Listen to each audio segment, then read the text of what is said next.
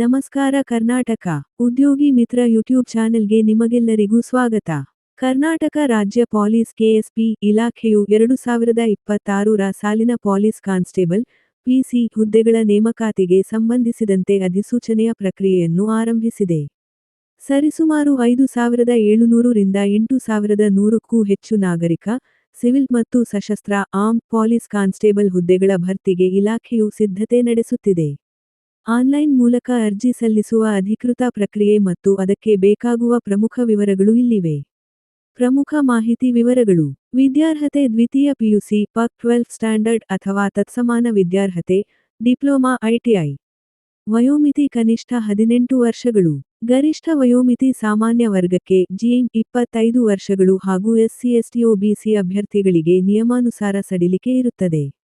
ಆಯ್ಕೆ ಪ್ರಕ್ರಿಯೆ ಲಿಖಿತ ಪರೀಕ್ಷೆ ರಿಟನ್ ಎಕ್ಸಾಮ್, ದೈಹಿಕ ಸಾಮರ್ಥ್ಯ ಹಾಗೂ ಸಹಿಷ್ಣುತೆ ಪರೀಕ್ಷೆ (ಪಿಎಸ್ಟಿ ಮತ್ತು ಪಿಇಟಿ) ಮತ್ತು ವೈದ್ಯಕೀಯ ತಪಾಸಣೆ.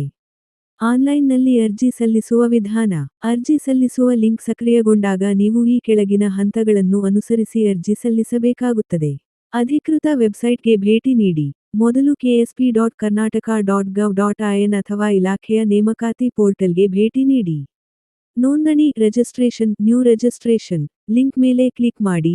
ನಿಮ್ಮ ಮೊಬೈಲ್ ಸಂಖ್ಯೆ ಮತ್ತು ಇಮೇಲ್ ಐಡಿ ಬಳಸಿ ನೋಂದಾಯಿಸಿಕೊಳ್ಳಿ. ವಿವರಗಳನ್ನು ಭರ್ತಿ ಮಾಡಿ.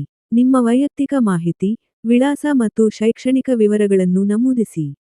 ಗಮನಿಸಿ, ವೆಬ್ಸೈಟ್ನಲ್ಲಿ ಸೂಚನೆಗಳು ಕನ್ನಡ ಮತ್ತು ಇಂಗ್ಲಿಷ್ ಎರಡರಲ್ಲೂ ಲಭ್ಯವಿರುತ್ತವೆ. ಆದರೆ ಅರ್ಜಿ ನಮೂನೆಯನ್ನು ಇಂಗ್ಲಿಷ್ ಭಾಷೆಯಲ್ಲೇ ಭರ್ತಿ ಮಾಡಬೇಕಿರುತ್ತದೆ. ದಾಖಲೆಗಳನ್ನು ಅಪ್ಲೋಡ್ ಮಾಡಿ.